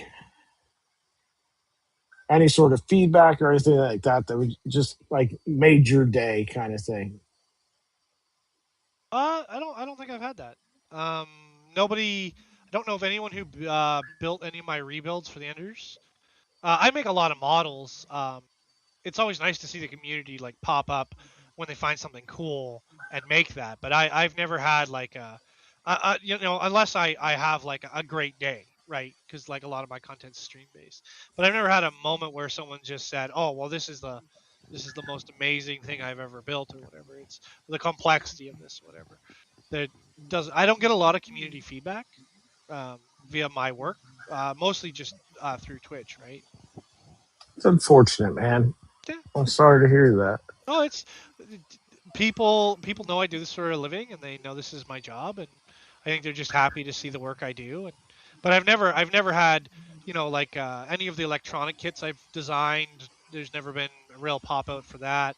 No, the printer rebuild designs that I put out, where there was never a really big pop out for that or anything like that. My So community's pretty quiet. so we have this thing on the Rollhorn Discord, the serial thing. So if anyone applies for a serial, you have to submit a picture, and then we publish the picture, and then we give your serial number. That is probably like my drug. Every time I see a new printer getting a new serial, that is sort of that's my happy space, because I know that someone completed something that I worked on, and I put a lot of time and energy into those projects. So it's nice to see people actually building it and having fun with it, and learning. That's learning. It's kind of the most important one for me. If I can teach one person something once a week, I'm happy. Yeah. So my thing that I always try to do, right, and this would probably like with the little truck heathen that you posted, like so for instance, right, uh, this little air hockey table, right, um, made this. My youngest one really likes air hockey, right? Making something like that where it makes my kids' day, that makes my day, and I try to make sure that I reach back out to whoever it was that designed that model. And like, hey, I just want you to know, like, you made my kids' day, Oh, right? I think I understood the question then. Yeah, Yeah, there's a designer I respect greatly. He's pretty cool. He printed my mini truck, and it ended up with his little one. And every time I release a variant of that truck, his little one will take it and not give it back. So he can't just print it and put it on a shelf and enjoy it. His little one will just snap it up. Yeah, I'm sorry, I didn't understand the question. Yeah, sorry. no, that's fine. That's on me for not explaining it well enough. Canrog, I submitted a serial request, by the way. As of the beginning of this show, I hadn't got a serial issued to me, though. Yeah, I told Rolahan a long time ago that he needed to chill out with the cereal because he usually back in the day he would approve him with it in like 20 minutes, no matter Yeah, what. just And does them in batches now. now he does them in batches, like maybe like a couple of times a week instead. Because I think he woke up in the middle of the night and sent out cereals, and then Yeah, went back to sleep. I I'm not complaining. I was just letting you know, like I did end up submitting that serial request, Yeah, but for no, some it'll reason, get there. I think I can count on one hand the amount of people that hasn't got a cereal, and it's this. It's I can one. tell you that your channel, I went in and clicked to subscribe to every single channel. The channel to submit a ticket for a cereal does not show up for me. Yeah, I we don't know what's happening. That one channel is just hidden for everyone, and it's weird. Mm. But every time someone asks, we can just tag it, and hopefully people can find it that way.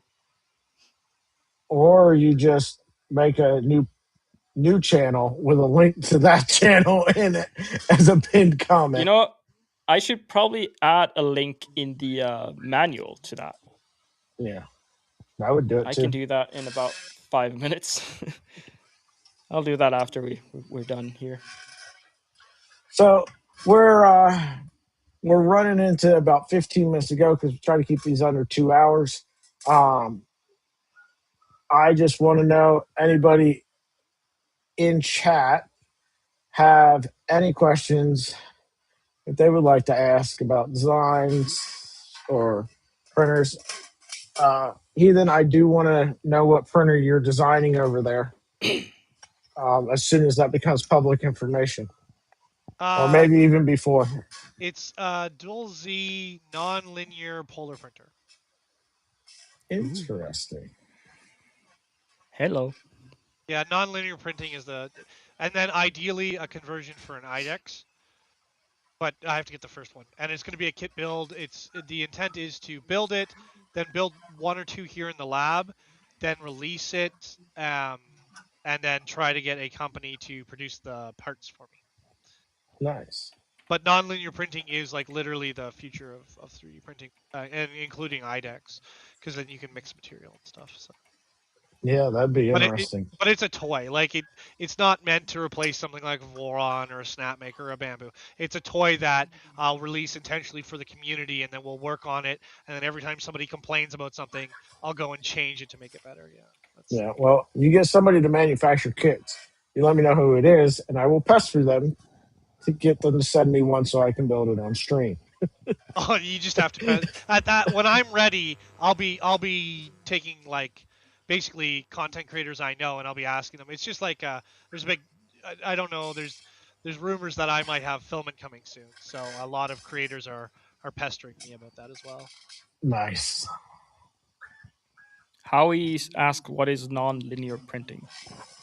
Instead of doing that, you're doing that. It's so in linear printing, you imagine in stock removal technique, you take a layer off and then you take another layer off and you take another layer off. Well, with nonlinear printing, you can actually change the axes and you can print a line, but you can have a line that dips and then another line that goes over it. You can have a line that goes up and then a line goes around it. Nonlinear printing allows it for the to change the angle in which the layer lines are applied. Yeah, so like a 5-axis kind of thing. And Yeah, it's the ours additive version of a 5-axis or 6-axis. Yeah. yeah, and the head right now is like 180 degrees rotation right to left, and then the idea would be to put a tilt build plate on it. It's I need some help from an engineer who knows more about it. I know exactly what I want to do, but I'm struggling with designing it. That's all. Yeah, We have four there's axes. been a few of them that have come out as essentially tech demos at different rep festivals. So if you go digging through like some of the clips from different rep festivals, you'll probably run into one being showcased in a video somewhere. But again, they're tech demos, right? None of them have been really released in any sort of meaningful way for the community to build any sort of slicer programs because they're just custom writing these G codes by hand. There's RatRig has a non-linear acceptable G code for machinery. It does. Um, Mine would be like a community-based item. The first production model won't be open source, but then every previous version will become open source. So it's like I got to make enough to be able to process and purchase the setup. But once I've done that and we move on to the next set, the original design will become then open source. Just because you got to pay for the R&D somehow. Remember, this is this is what I do yeah. for a living. I'll be back in a Yeah, second, guys. yeah. I think a big difference between you and me, just in general, for when it comes to making stuff, is that this is your job, but it's not mine. So I have the freedom to just make stuff when I want to. Like when I do videos, it's more of a I want to make this video, and then usually I'll just ask a sponsor if they want to be included or not, or sometimes a sponsor will ask me, "Hey, we have this product. Do you want to make a video?" And if I can figure out a way to do it, then yeah, I'll do it. But I also decline a lot of sponsors because it's products that I don't have a need for or a desire to use myself. So I don't make videos about that. So like I stream 5 days a week. So I stream, and my streams are anywhere from 4 to 12 hours. So I don't really have a lot of time for like other projects like Patreon and YouTube. The push in 2026 will be that growth. Um, I get machine sponsors and filament sponsors from time to time. I have a heavy rider for a lot of things though, so it's like, and a lot of companies because I'm Canadian don't really reach out to me because we're such a small. But Yeah, like I've been I'm sponsored. Norwegian. I have that even worse. I've had a lot of companies that reach out about, hey, this is our fancy product. Do you want to? We can send this to your product to you, and then they ask for my address, and I give it to them. They're like, oh no, sorry, we can't do that. Dang it. I think that's the benefit of YouTube over Twitch. I think the long term benefit of you like using YouTube is that you end up with sort of like an inventory, and you're basically making a commercial for them. And Yeah, I'm a little sticky about making commercials for people, so it'd have to be quite beneficial to me to be willing to do that. Whereas like I now will show a machine or a function or a product, but you're watching the machine work on the stream. You're watching the material work on the stream. That to me is one of the strongest ways to show off the quality of something, is to literally watch it work and see the flaws, see the benefits. And I don't really see that a lot in the platform. A lot of channels on YouTube end up being unboxing channels, which I if you don't have 1,000 hours on a machine, how do you know if it works? yeah. I specifically stopped doing unboxing as part of my videos, just as a whole. I don't. I when I get a product to test or make a video, I'll use it for a while and then make the video. So by that time, there's nothing to film. I don't want to film myself opening a box with stuff that I don't know nothing about. I've also pretty much stopped watching content creators in the 3D printing space as a whole because I don't want to learn stuff that I can learn myself through a video. Um, and yeah, and also I recently expanded my channel to not only be 3D printing but also focusing on the design and also more just tech in general because that's my interest and I might as well talk about the stuff that I like. Well, So that's where I've I'm going. Like I do desktop, CNC desktop. I really can't run a laser right now because my lab setup. But like I run machines, but I run them till they break. I run them till they're because I don't I have this real issue with unboxing, and I understand it gets a lot of views. I understand that, but like if you're gonna give me something to work with, one, it's not going back to you; it stays here, and two, yeah, I want to be able to take it apart, and I want to be able to change it. I want to be able to do whatever I want with it, and that's not again because I'm a Twitch streamer, not a YouTuber. I don't have as many opportunities, I think, but if somebody says something, I always say to the community, if you want me to look at something, one, talk to them, see if they're even open to it, and then two, let me know because I love tech. I love everything. I do IRL streams where we go to like farmers markets and stuff like that.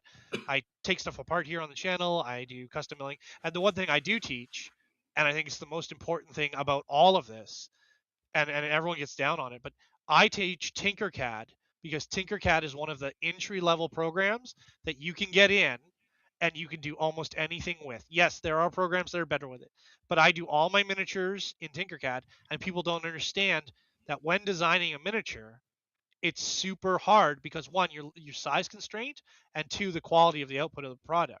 So it's like, yeah, I can make a bowl, I can make a stand, I can, this was done in WOMP, right? But like this was designed in Tinkercad and milled on a 3-in-1 CNC.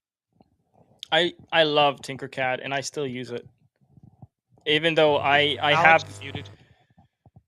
So I have a I have a partnership with Onshape, so they given me a full license, and I still use Tinkercad for specific things. I've done some videos where I just challenge myself to only use Tinkercad, just because it's so fun. It's like going back to Legos, like when you were a kid. It's so easy to just take a shape, put it into another shape, and then you have a fully working shape that's different, That's Tinkercad. and that is amazing. I that I need to me personally, I need to contribute to the growth of CNC, and yes, I'd like more opportunities, and yes, that Alex having me on today is like really cool. But that's what I do. Like I design in Tinkercad 4 to 5 times a week, and I release anywhere from 3 to 12 models a week. Yeah. Like I just dropped I want to say 9, maybe more models in a single week. I've been working on them for a couple weeks, but I did 28 mil scale wargaming miniatures and tanks. Nice. Yeah, I need to look into your stuff a little bit more. Don't worry about it. It's there if you want it. It's not as, but Alex, you're muted. So, but yeah, Yeah, so when it comes to other people's stuff online, I generally just don't look into that because I want to be self-sufficient. I want to do my own stuff. Um, I might be missing out on stuff, but I also feel like that my content would be better because of it. oh So yeah, I'm about to expand my tool sets in my workshop with a new tool that I've never worked with. So on purpose, I've only read the website for that product and nothing else. I have no clue what I'm going into except what's on that website, where I got it from. And then I have my secret weapon, which is my girlfriend. She's been reading up on how to do it so that she can be supervising me, so that I don't do something that would be permanently damaging. which I'm probably going to do anyways, but that's on me, not her. I think that's really great. One of the things that I got into was I want to make what I want to make, and I don't do a lot of research into what other people are doing because I don't want it to contaminate what I'm making.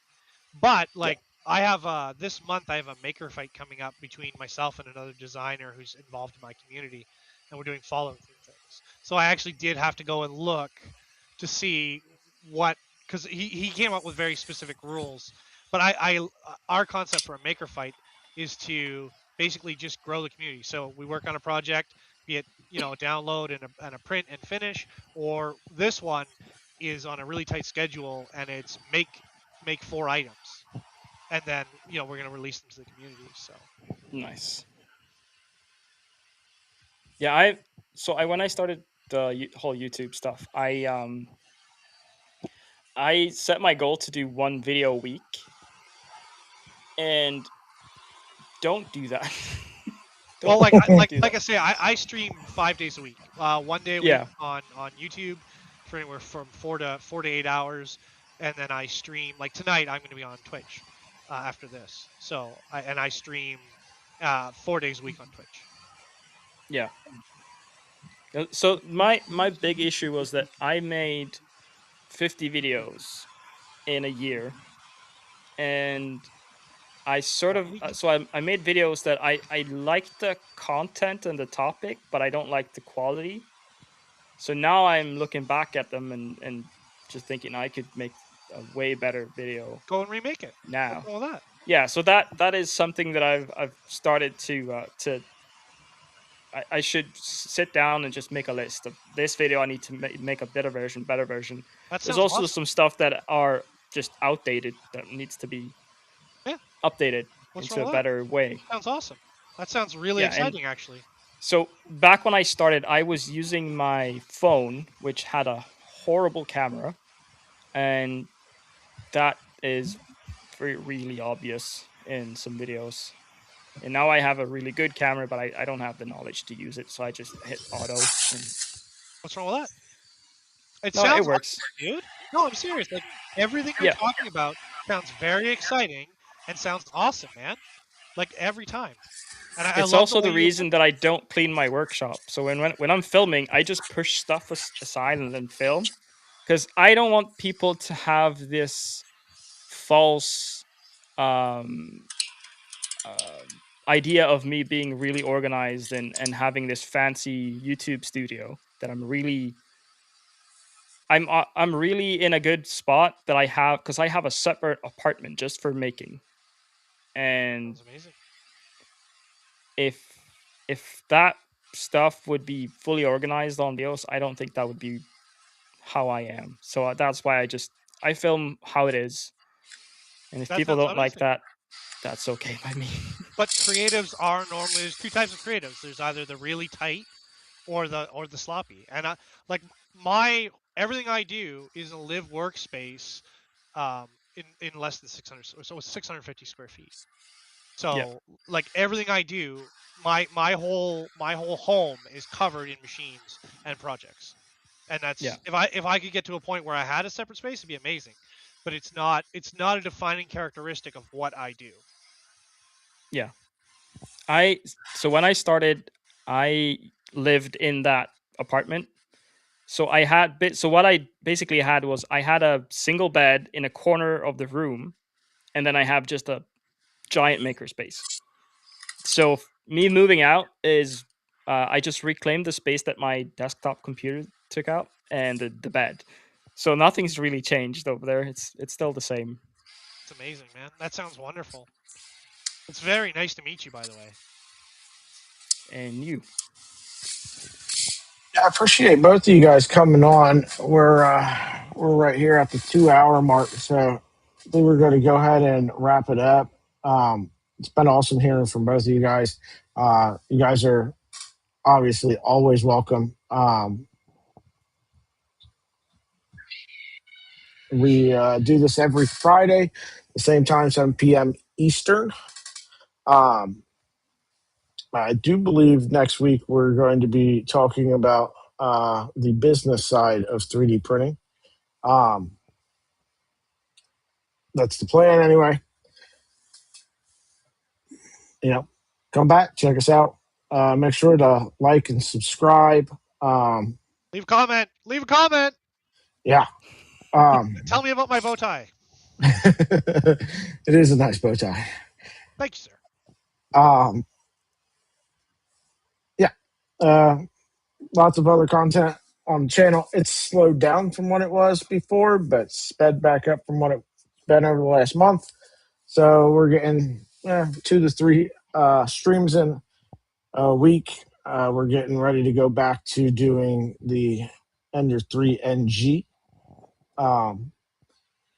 That's what I've got going on over here on this channel. Canrog, Heathen, if you guys want to say a little bit about what you guys got coming up in the near future and what you're streaming, feel free, or making videos on in Canrog's case.